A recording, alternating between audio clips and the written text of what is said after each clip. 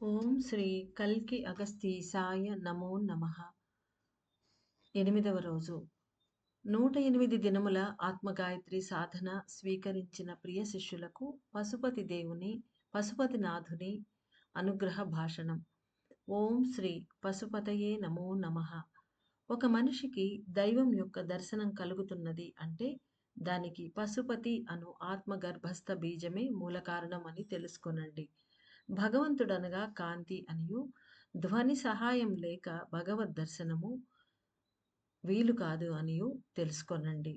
ఒక మనిషి యొక్క ఆత్మ మరియు ప్రాణము ఈ రెండు కాంతిగాను శబ్దముగాను నిలిచి ఉంటుంది. ఆత్మయే కాంతి, ప్రాణమే శబ్దము. ఆత్మయే శీతలత్వము కలిగిన ఒక ఆకర్షణ శక్తి, ప్రాణమే ఉష్ణముతో నిండి భావనలలో ఉచ్చ స్థితిలో ఉండే శక్తి. ఒక మనిషి భగవంతుడు అను కాంతిని దర్శించుటకు తన ప్రాణం యొక్క సహాయము కోరి వెళ్ళాలి. ఎందుకంటే ప్రాణము వలన మాత్రమే ఆత్మను తెలుసుకొనుటకు, దర్శించుకొనుటకు వీలగును. కావున ప్రాణమును తెలుసుకొన్నచో, శక్తి అను దేవుని తెలుసుకొన్నచో, మనసును ప్రాణములో సంక్షేపించినచో భగవంతుడు అను కాంతి స్వరూపమైన ఆత్మను దర్శించుకొనగలరు. ఆ కాంతిలో కలిసిపోగలరు. ముక్తి కూడా లభించగలదు.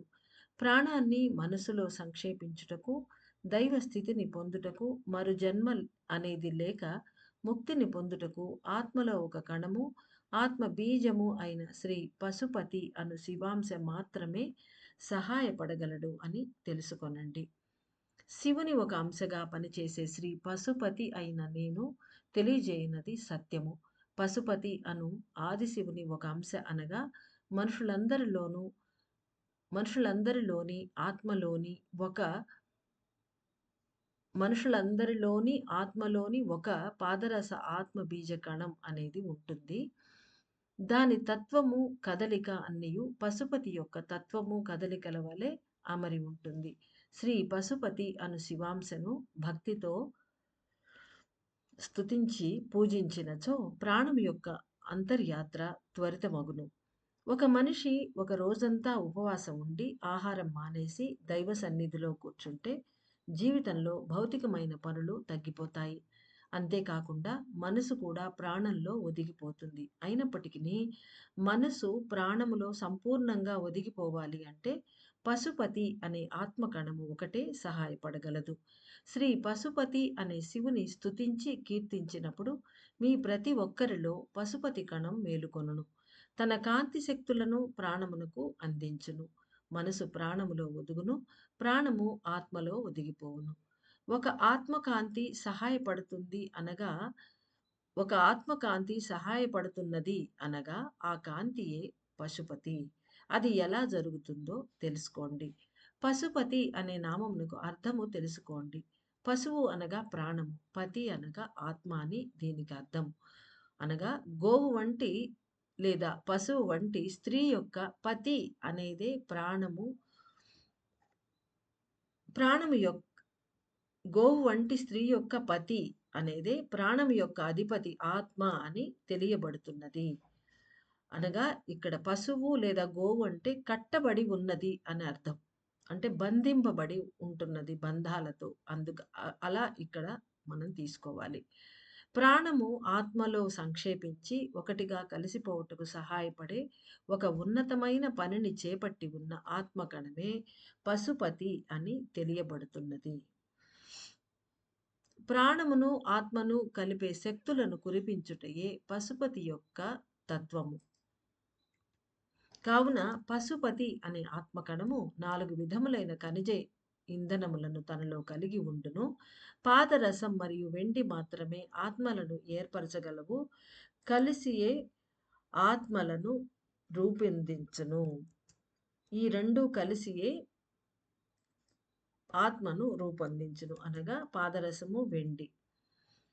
అయితే పశుపతి కణాలలో కొంత బంగారం మరియు రాగి కూడా కలిసి కనిపిస్తాయి. పశుపతి అనే ఆత్మ గర్భస్థ బీజములో ఒకవైపు అయస్కాంత శక్తి నిండిన చల్లటి కాంతి నిండిన పాదరసము, దాని లోపల కలిసి ఉన్న వెండి ఖనిజ మూలకము కనిపించును. మరొక వైపు బంగారు, తామ్రముల మిశ్రమము ఉంటుంది. అందువలననే పశుపతి కణము తన యొక్క అయస్కాంత శక్తిని అనుగ్రహించి ప్రాణము అను ఉష్ణ అణువును ఆకర్షించును. జీవాణువులోని ఉష్ణశక్తి అనేది శరీరమంతటా ప్రవహించి కదులుతూ ఉండును. అయినను పశుపతి అను ఆత్మశక్తి అనవసరమైన పనులను చేపట్టే ప్రాణశక్తిని, అవసరములు తీర్చుకొని ప్రశాంతముగా విశ్రమిస్తూ ఉన్న శక్తిని కూడా సహ ఆకర్షించి కేంద్రములో సంక్షేపించుటకు శక్తులను అందించును. మనసు ఒదుగుటకు పశుపతి శక్తులే సహాయపడతాయి. శ్రీచక్ర ధ్యానము చేసే మానవులకు పలు విధములైన భౌతిక అవసరాలు ఉన్నవి. కొందరికి సంతానము కావాలి, మరికొందరికి ధన సంపత్తులు కావాలి. కాబట్టి మీ ధ్యానం వలన సంక్షేపించే శక్తులు తమ శక్తులను మీకు కురిపించిన తర్వాతనే సంక్షేపించగలరు అని తెలుసుకోనండి. పశుపతి అను శక్తి ఈ సమయంలో బ్రెయిన్ లోపలి భాగమునందలి మార్పులను స్వీకరించి ఉన్నది. శ్రీచక్రాన్ని స్థాపించి అంబికను పూజించే ఆచారము ప్రారంభమగును. అనగా ఇకపై శ్రీచక్రాన్ని పెట్టి అందరూ అమ్మవారిని పూజిస్తారు. ఆ ఆచారం ఒకటి మొదలవుతుంది అని చెప్తున్నారు స్వామి. ఈ సమయంలో కరుణ అను ద్వారాన్ని తెరుచుకొనుటకై దేవతలందరూ ఒకటై సహాయపడుతున్నారు. కరుణ నిండిన శక్తులు అనగా బుద్ధిని నియంత్రించే శక్తులుగాను, భావనలు వ్యక్తపరిచే శక్తులుగాను ఉంటారు.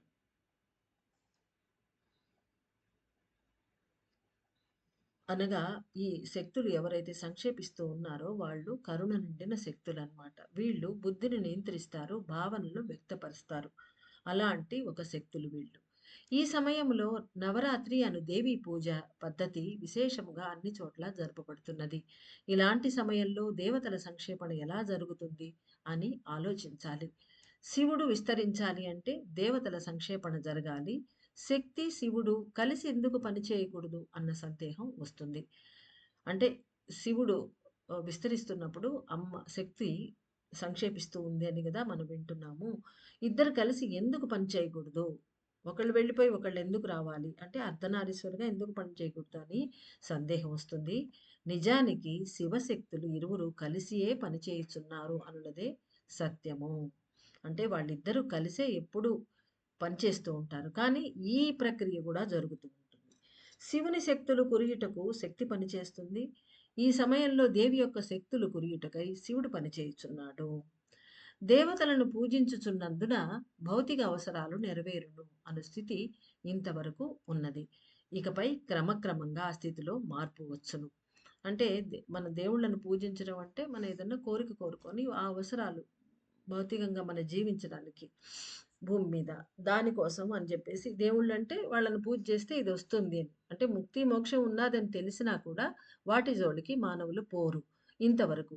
ఇకపై క్రమక్రమంగా ఆ స్థితిలో మార్పు వచ్చును. దేవతలను పూజిస్తే ముక్తి పొందగలరు, దైవాన్ని తెలుసుకుంటారు, కాంతితో ప్రకాశించగలరు. అంటే ఇవి ఆయన స్వామి చెప్తున్నారు. ఇవన్నీ మనం తెలుసుకుంటాం ఇకపై. ఎందుకంటే కాంతి బలంగా పనిచేయుటకు ప్రయత్నించుచున్నది, ధ్వని అణిగిపోవుటకు మొదలుపెట్టినది. కాంతి ఏమో ఆత్మది, ధ్వని ఏమో శక్తిది. అందువల్ల అమ్మవారు ఒదిగిపోతే, సంక్షేపిస్తే ధ్వని కూడా అణిగిపోతుందట. ఈ భూమిపై మానవులందరి ప్రాణము సంక్షేపణ చెందు వరకు ఇలాంటి విషయములు జరుగుతూనే ఉండును. అంటే మన ప్రాణం అంటే మన ప్రాణశక్తి అంటే మనలో ఉన్న శక్తి అమ్మవారు. ఆమె ప్రతి ఒక్కరిలో ఉండే జీవాణువులో ఉన్న ప్రాణశక్తి సంక్షేపణ జరిగే వరకు ఇలాంటి అభూతమైనటువంటి ఎప్పుడు తెలియని మనకు తెలియని దైవ రహస్యమైనటువంటి ఈ ప్రక్రియలు జరుగుతూనే ఉంటాయి. భూమి వెలుపల, మన ఆత్మలో, మన బ్రెయిన్ లోపల. శివుని విస్తరణ ఈ సమయంలో చాలా కొద్ది మంది మానవుల ద్వారా మాత్రమే ప్రారంభించబడింది.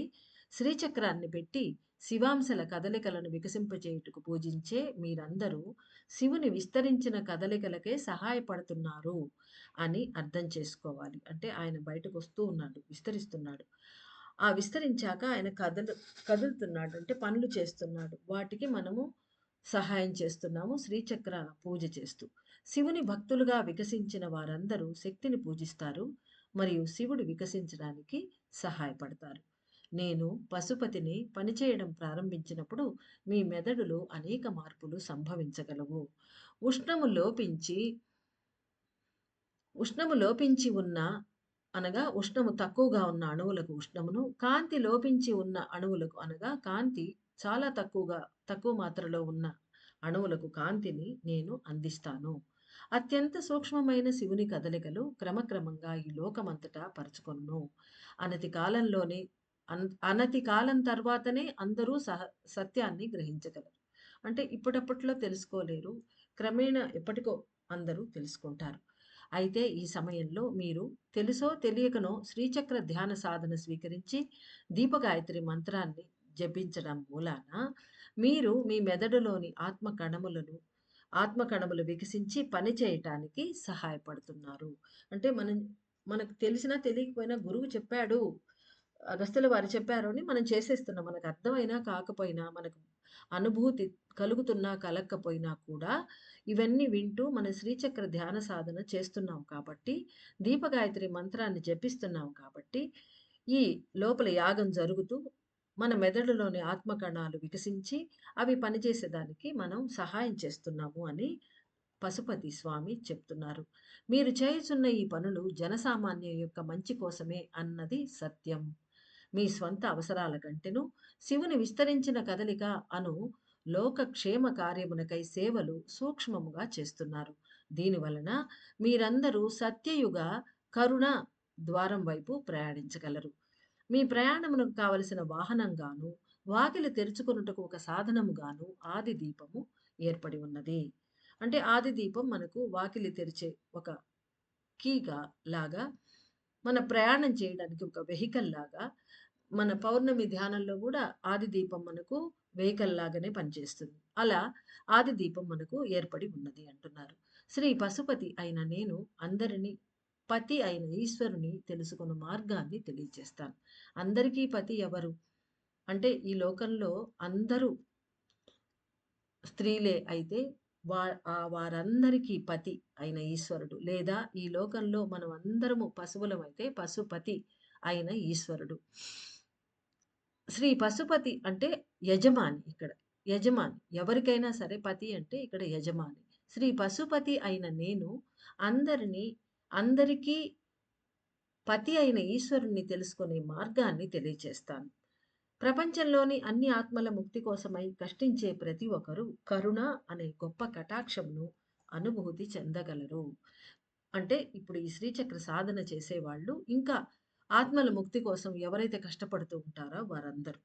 ప్రాణశక్తి అనే అంబిక ఆదిశక్తియే కరుణ అనే శక్తులను కురిపించుచున్నది. ప్రాణశక్తి అనే అంబిక ఆదిశక్తియే, అంటే అంబికయే ఆదిశక్తి.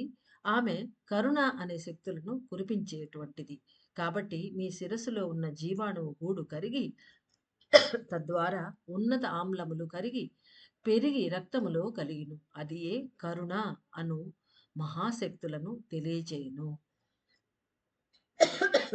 మీ జీవితంలో అనేక కొత్త పరిణామములు ఏర్పడుతున్నట్లుగా తెలియను. అది ఎలా అంటే లోపలి తెరలు అనేకం తొలగిపోయి అంతరంగ దర్శనములు కలుగును. ముక్తి అనుదానికి అర్థం బోధపడును. ఆది దీపములను ఆరాధించినచో అనేక మంది ఆత్మలు సులభంగా విడిపడును. ఆది దీపములను పూజించాలి అంటే శ్రీచక్ర సాధన పూజా పద్ధతిని చేసి దేవతల సంక్షేపణకు, శివశక్తుల విస్తరణకు సహాయపడవలెను. కావున ఏది జరిగినా కూడా మీరు చేసే పనుల వలన కరుణ అనే అద్భుతమైన శక్తిని మీరు తెలుసుకొనుటకై దేవి మిమ్ములను అనుగ్రహించగలరు అనే సత్యాన్ని గ్రహించండి. అంటే ఏం జరిగినా కూడా ఈ సంక్షేపణ, విస్తరణ ఎలాంటి పనులు జరిగినా కూడా, ఎలాంటి విషయాలు జరిగినా కూడా మనం చేసే పనుల వలన, మనం చేస్తున్న ఈ శ్రీచక్ర సాధనలు, ఈ సహాయపడడం ఇలాంటివన్నీ చేస్తున్నందువల్ల అమ్మ దేవి ఆదిశక్తి కరుణ అనే అద్భుతమైన శక్తిని మనం అనుభూతి చెందేదానికి, తెలుసుకోవటానికి ఆమె మనకు అనుగ్రహాన్ని ఇస్తారు అంటున్నారు పశుపతినాథుడు. అనే సత్యాన్ని గ్రహించండి. మీలో కరుణ పెరుగుటకు ఈ పశుపతినాథుని పరిపూర్ణమైన ఆశీస్సులు.